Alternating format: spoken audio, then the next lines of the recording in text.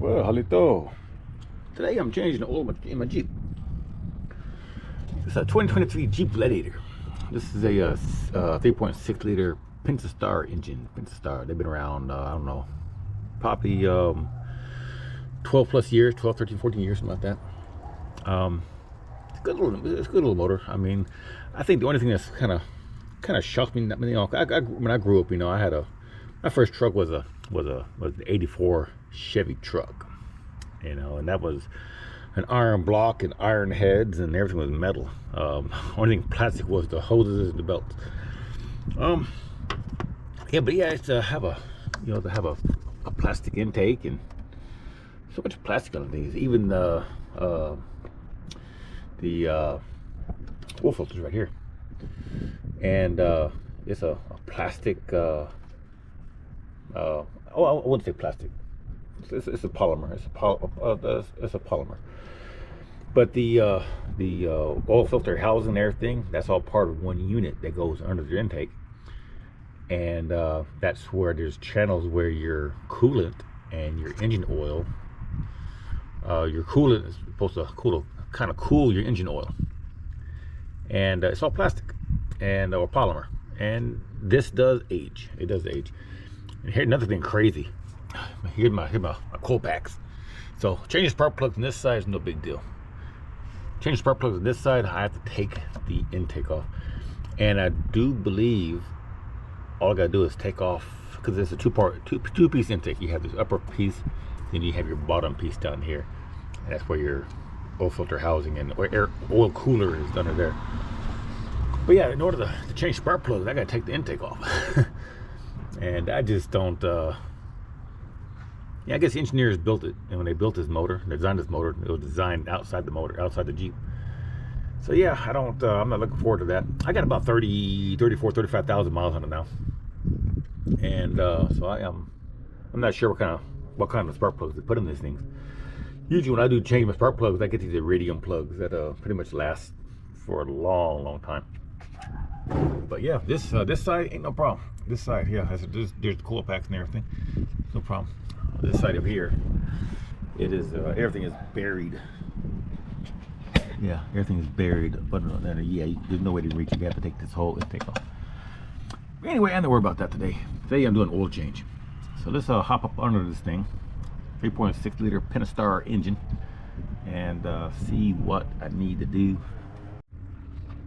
Now these Pentastar engines, it's a half inch socket that takes this that nut off right there. I don't know if you can see it in full focus or not. A lot of times also when I'm under the engines, I kind of look around and see, make sure nothing leaking, or see if there's a leak, where it's coming from. Camera's not picking up all this red dirt mud under my Jeep. That's from up in Binghamton area on the reservation.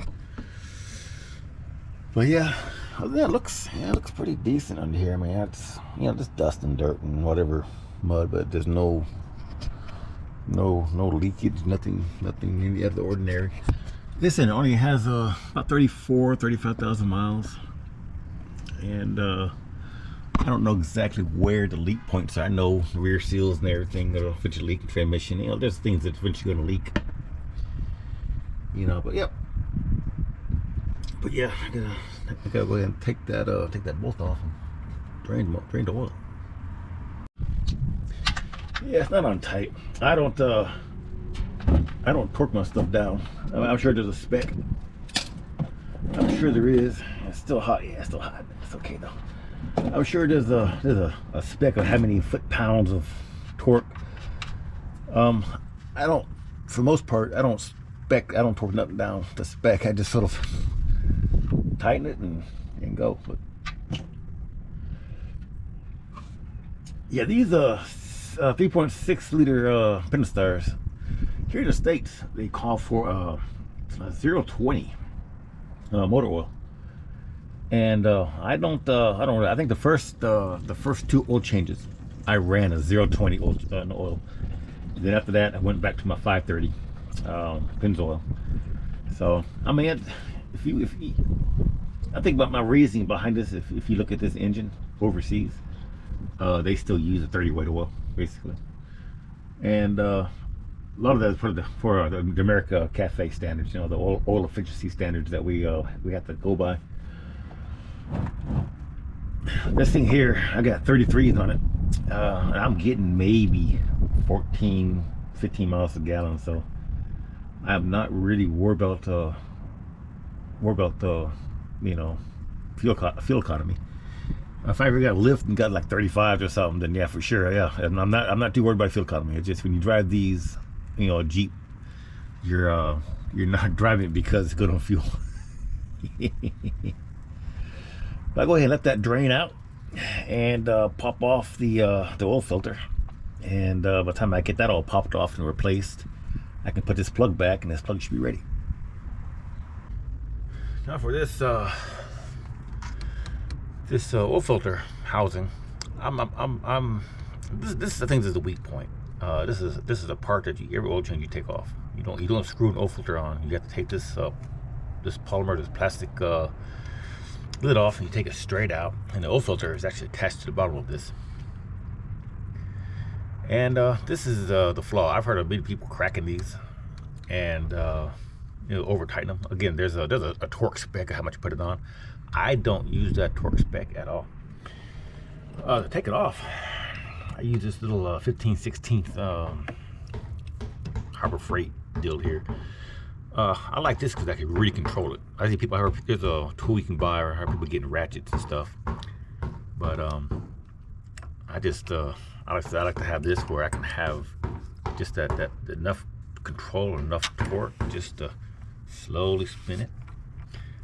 Not put any stress, because again, this piece here, if you crack it, then that is literally, you're replacing an entire part.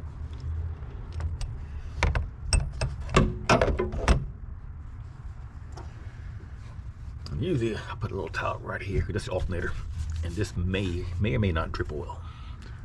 Once you get it completely unscrewed,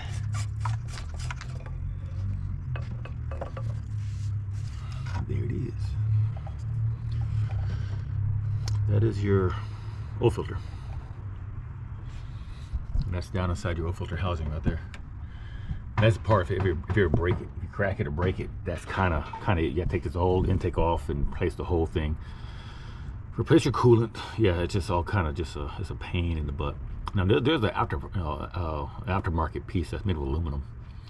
When I do the spark plugs for this thing in the future, and I have to take the intake off anyway, then I may go ahead and just go to a aluminum oil cooler and housing and everything. But I'll cross that bridge when I get to that bridge. But for now, this is your oil filter. And usually I get it cleaned up real good, get all the gunk out of it.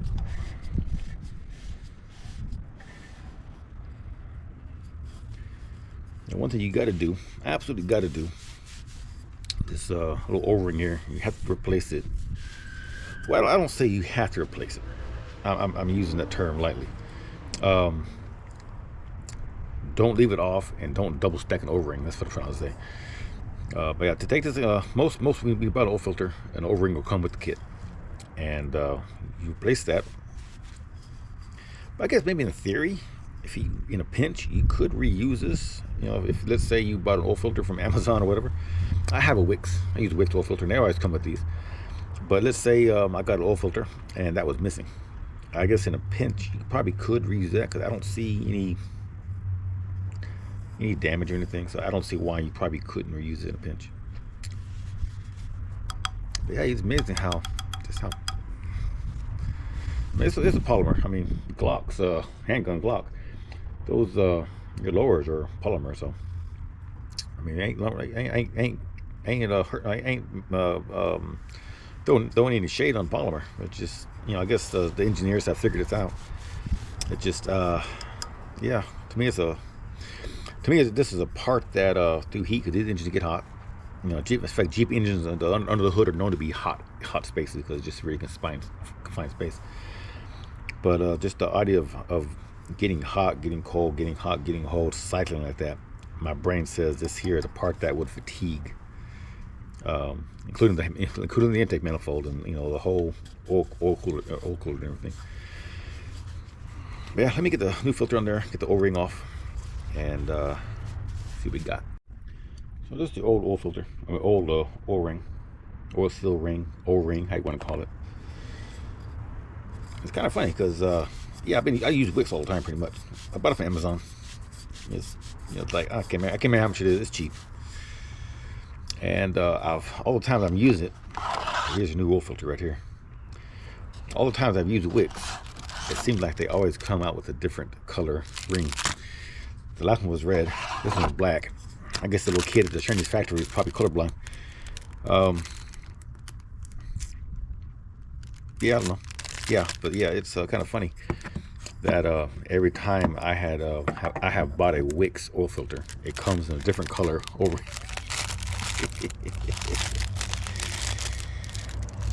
This new O-ring. And like I said, in fact, this one looks like it's thinner than this one. I wonder. It's strange.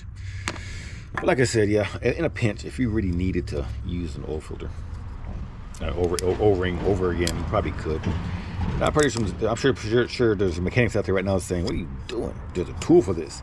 There probably is a tool for this. You know, I got there, and as long as I don't see any crazy twists and everything, and it feels pretty uniform as I'm going across, then that is what I call good. The oil filter part here, this is the part that goes down into your motor. This is the part here, that little nub here, if you can see it on the camera, kind of interface. And when you pop it in, he pops in, that's it. And this part here goes down into the housing. So let me go ahead and put this in. But yeah, I do find it funny because I've been using, this is probably my, well, I don't know how many, 6th or 7th oil change, I guess. I do my own oil changes. And yeah, it's about 6th or 7th, maybe 8th oil change. And it seems like every single time we have an oil filter, it's a different color ring on it. Looks like a little debris or little something right here in the threads. Not sure what it is, probably a little piece of lint or something, yeah. All right, let's put it back in here, and I'll show you what I do when I screw these in. Because again, I'm not going, I think he's supposed to be on by, is there, it says do not over tighten, or duh. Oh, it's 25 foot inches or something like that. Not foot pound, foot inches. Is that what that is? Yeah. Yeah, I don't torque these down, because in my theory, this is a part that over time will get more and more brittle. And what is great for torquing it down today, 10 years from now, that torquing down could just, you know, shear this thing in half, crack it in half or something. So let's put it back in the truck, and I'll show you, kind of show what I do. Now, it's kind of hard to show it, but what I did was, because I did it off camera, all these threads, I dip my finger in the new oil, and I get that O-ring oiled up, and I get these threads also oiled up. Because as you tighten this thing down, these threads is what kind of binds and keeps this in place. And I want to make sure those threads are nice oiled, and this thing springs on easily without any binding. Because again, I don't want to crack this or that housing. Because it's not a common thing, but when I do hear about on the Facebook about people, you know, hey, I got oil leaking under my engine, where it looked like behind the alternator. It's these housings that are broken because either they torqued it down too tight, or just fatigue and everything, and they will crack on you. So this is what I do. It's kind of simple. I start off by simple hand tightening, and I hand tighten it till I can't hand tighten it no more. Now that O-ring, the way I figured this, once that O-ring is down past that little lip of that the housing, you're good. It's the O-ring that keeps the oil pressure from seeping back out and leaking out the seams, you know. Then I just gingerly, I kind of watch that little gap there.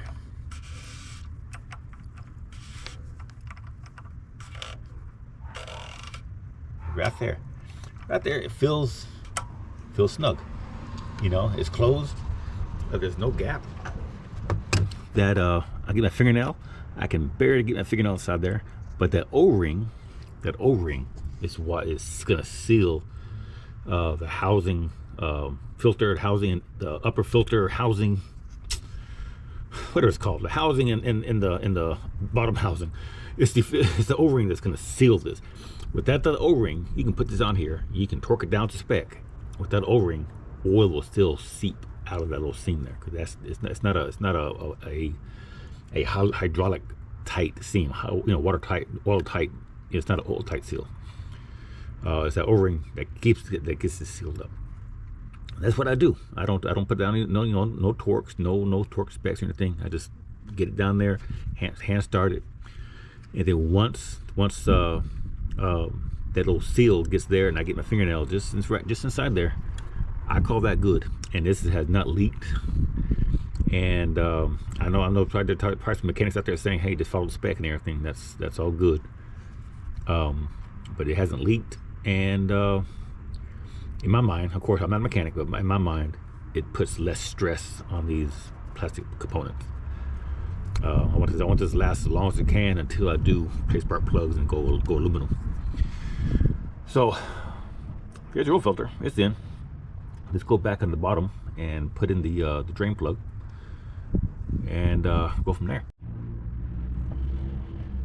So yeah, I don't go 20,000 miles for oil change. There's no way in the world. These Jeeps here, there's a little percentage oil indicator on your instrument cluster, on your interactor panel. Anyway, around 50% oil usage, you're about around 3,000 miles usually for me. This oil on this Jeep here, if you let it go to zero, you can go like 7,000 to 8,000 miles per oil change. There is no way I'm gonna do that. I'm kind of old school, so I know, again, there's some mechanics out there gonna say, what on earth? I do my oil every 3,000 miles, about 3,000 ish. It may be 3,500. Today is actually 3,000, or just shy of 3,000. But yeah, you just run right around 3,000, and some change. And as they say, oil is cheap, engines are not. And I'm not saying if I go 8,000 miles, 8,000 miles or 7,000 miles oil changes, I'm gonna, blow motor up or something. I'm just saying that me personally, that is something I just don't do.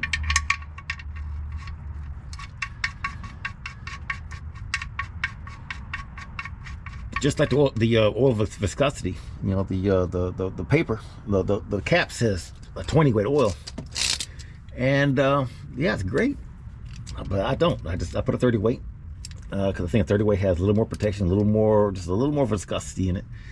I live in Houston. It is summertime. Is hot. I mean, you talk about triple digits hot. And wintertime, like right now, we're in December. And I'm out here in little cut-off sleeves and shorts and barefoot. This morning it was in the 40s, and right now the temperature is probably near 70s. So yeah, that's our winters. So we're not looking at now. If I lived in Alaska, there it is. And what I do is just snug, not crazy snug, just snug. Because I don't want to strip that. You strip this out, guess what? You're buying a new. This is a 2-piece oil pan. Also, it's your lower oil pan, upper oil pan. Place this here, just these little, but they're probably what, 10 millimeter, I guess. Pop these off, and you can probably get one of these. If you ever did anything crazy and broke this, cracked this, there's another set of bolts that then will separate this and this off. So it's like a 2-piece oil pan kind of. And I'm kind of wondering, in this engine here, the reason they didn't put a physical oil filter at the bottom of the engine. Because I'm looking at the axle here, Yeah, look at this axle here. And this axle right here is the lowest part of this engine. The oil pan is actually kind of tucked up into it. Transmission pan's tucked up under it.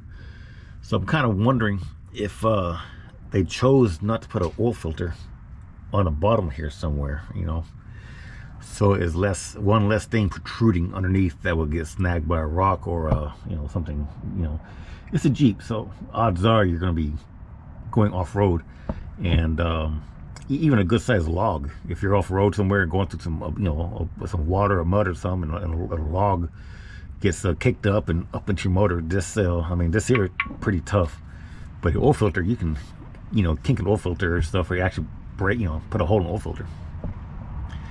So that could be the reason why they decided to put the oil filter up on top of the engine instead of down at the bottom. Again, I'm not an engineer. If you just stuck it right here off the side, and just coming right off the side, that would have been great. I think another thing, also reason for all this polymer and plastic, it takes money to get some of this, a sheet metal, and then stamp it into this shape, and it takes money.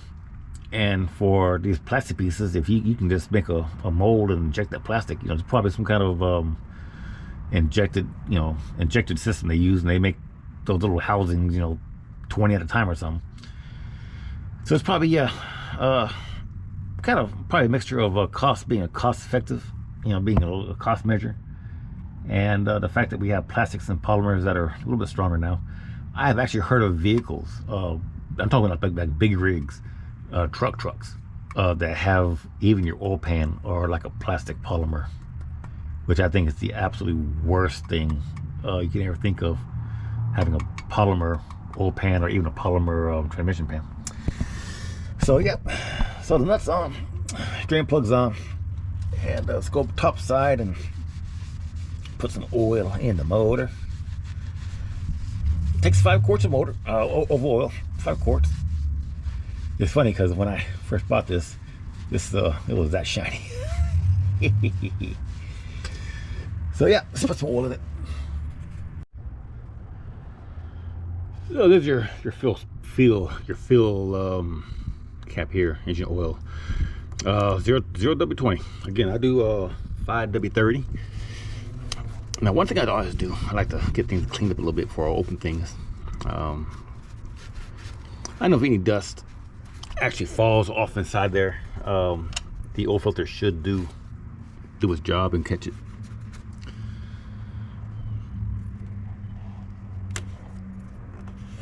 Again, this is another polymer piece, and again, I don't know why.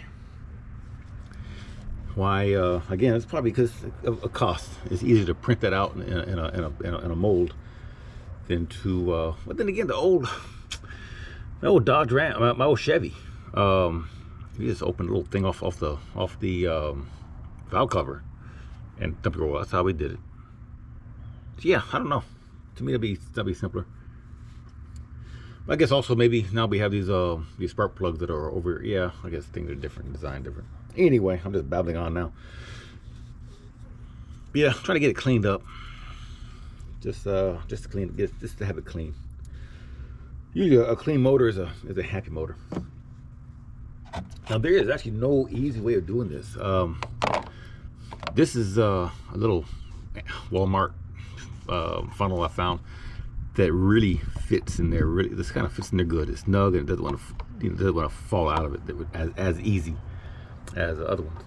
Because it's the worst thing you do when you start putting oil and this wants to fall out and you have your oil going everywhere. I buy everything in 5-gallon jugs.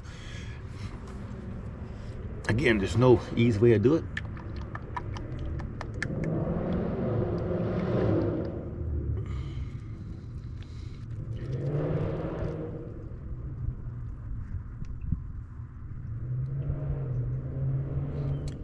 Yeah, these just take 5 quarts of oil.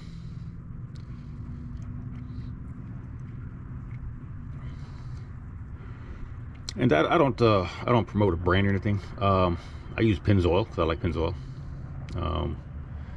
I could get stupid. I like Pennzoil because I like the color yellow.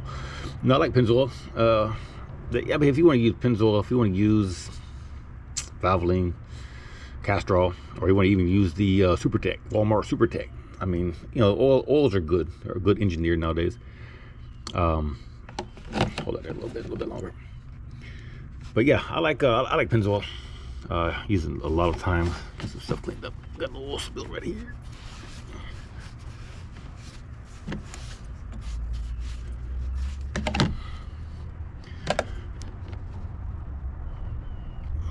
Yeah, pretty good. You can't get every single drop out.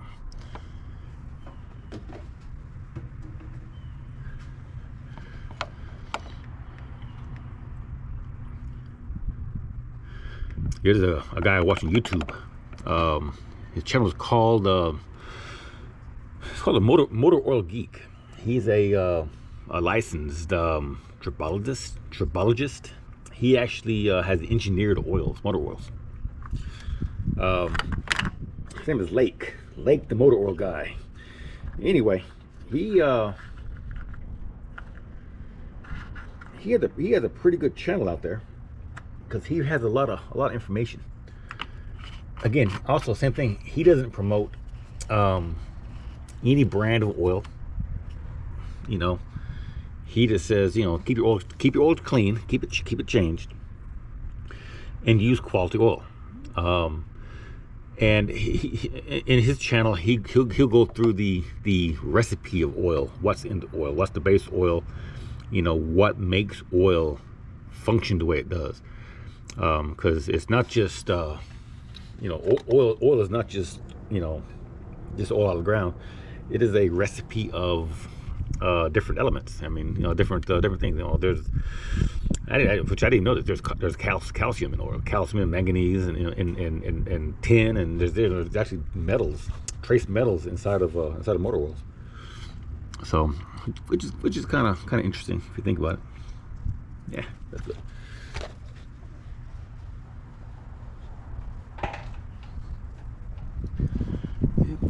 A little spill there,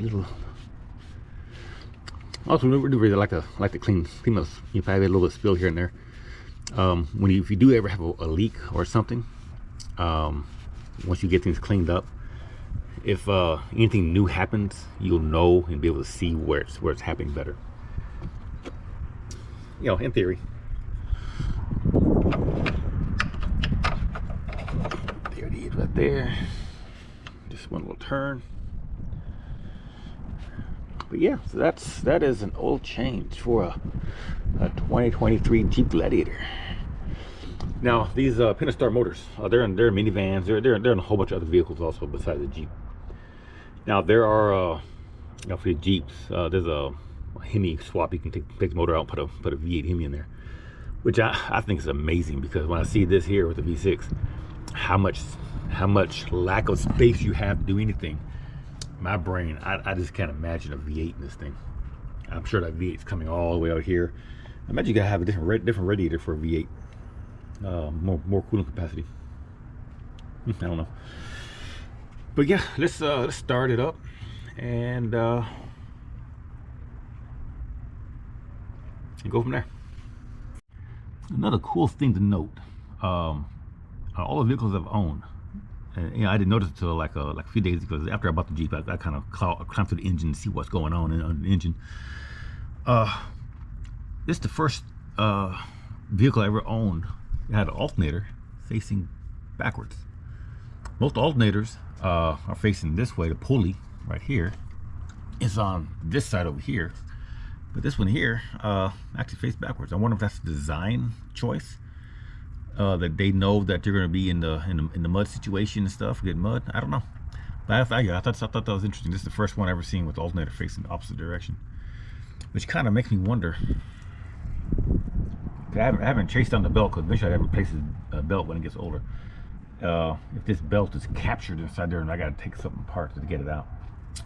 Yeah, I haven't gone that in depth. Yeah, that's your oil filter housing right there. And I wish I can get in there deeper so you can really see it good, but that's your drain. And it says W20. I put a 530 Pennzoil, and no, I don't go 20,000 miles. I don't go 20,000 miles. So here we are on the inside of the Gladiator. Now, there is I've seen videos. I'm not sure what make and model it was. People being able to prime their engines by stepping on the brake, stepping on the gas, and then hitting the start button, and the engine will turn over, but the car won't start. I've never done that. I don't even know the purpose of priming an engine, because your engine is turning over already, and that gets the oil flowing. But if you just start your motor, it gets it flowing too. That's my thinking on that. I could be wrong. But anyway, though.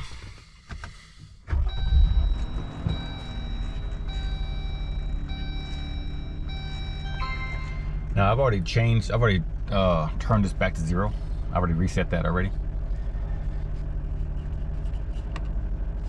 We got some. I typically use a 1x4 that's anywhere from 6 to 8. 6 to 8 inches. Ooh. That's your oil pressure right there. So we have pressure. That's a good thing. Pressure is always a good thing. If that is running low, into the 10 pounds or less or going, that means you're pumping oil, but you're losing more oil than you're pumping. How many miles? Yeah, I got 36,000 miles on it. 36,000 miles. Now the oil temp is 102 degrees right now.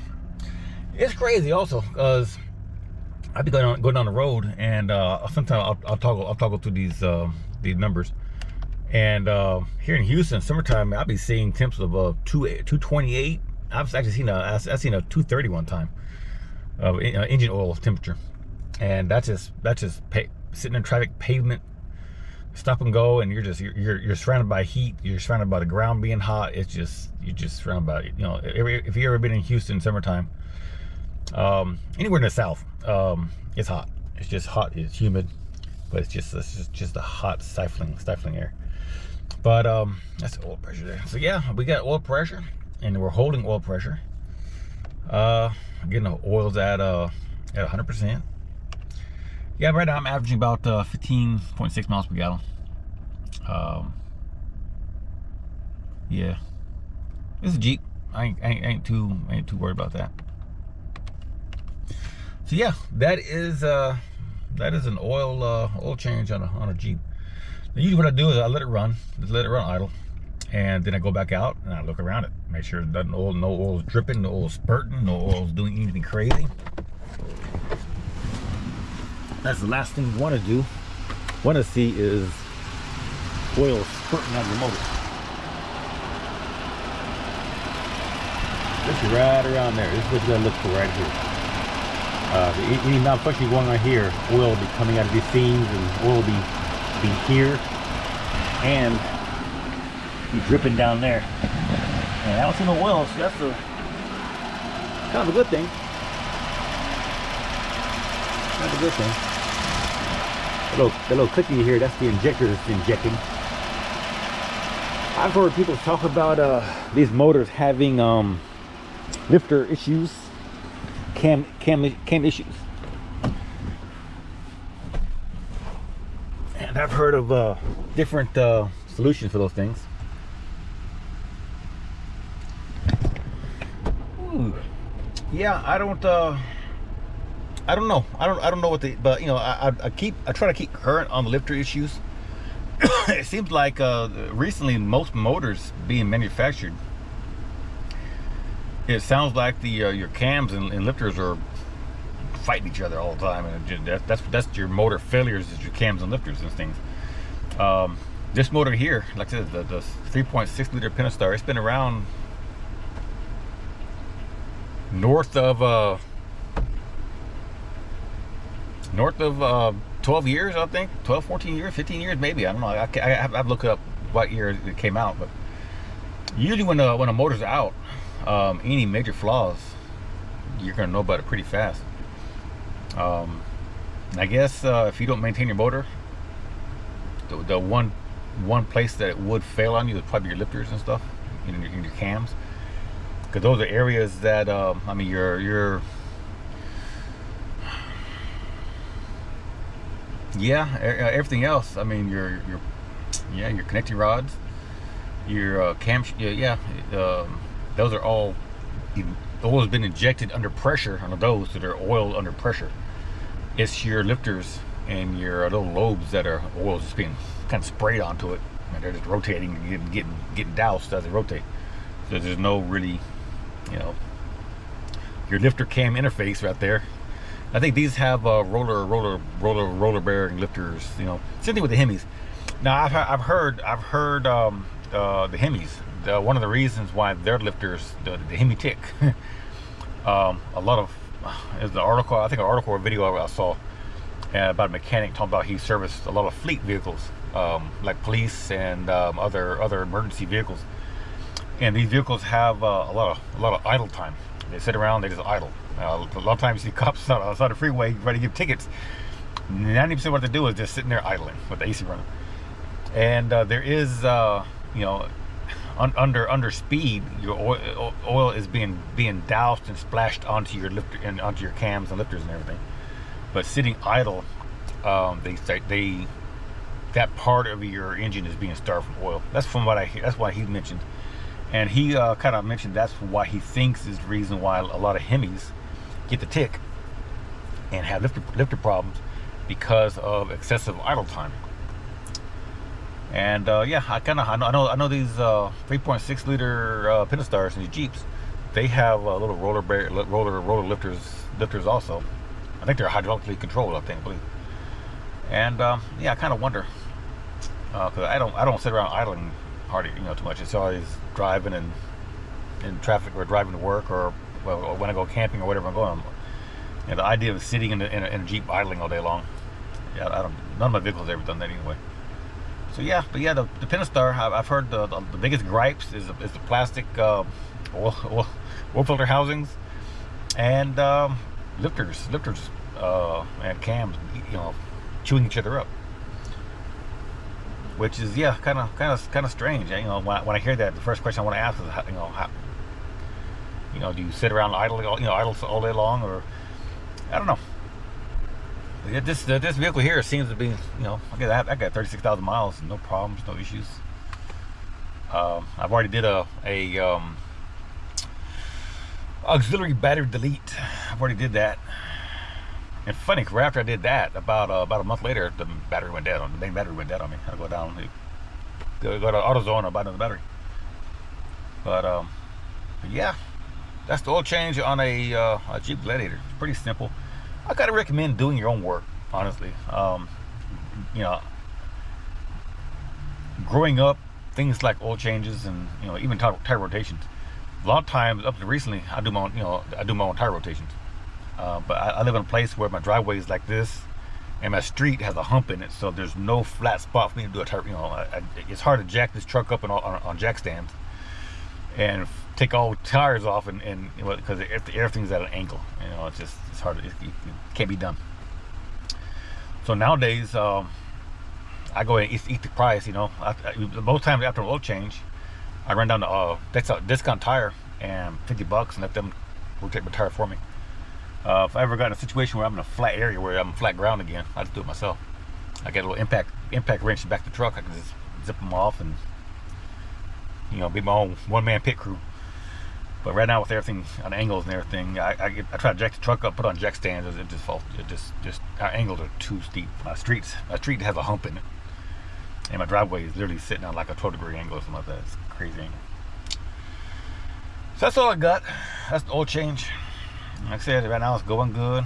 Oil temps at 156. That's 30 psi on a good hot day. Engine running great. My average oil pressure is like 29 psi. I think I believe it's computer controlled, because going down the freeway, it's around 31 psi.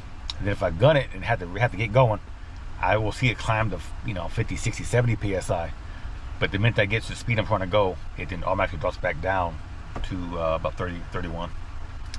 Then when I stop, sit idle, about 29. So that's kind of normal for, I guess, these Jeeps. It's some kind of pressure control. It's controlled by pressure. It's not a.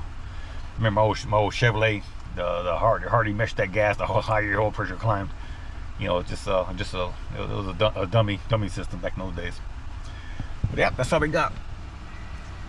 Yep, 31 psi, oil pressure good. I'm gonna go out there and turn it off and check the oil level. It should be good though, 5 quarts. And call it a day. Just let you go.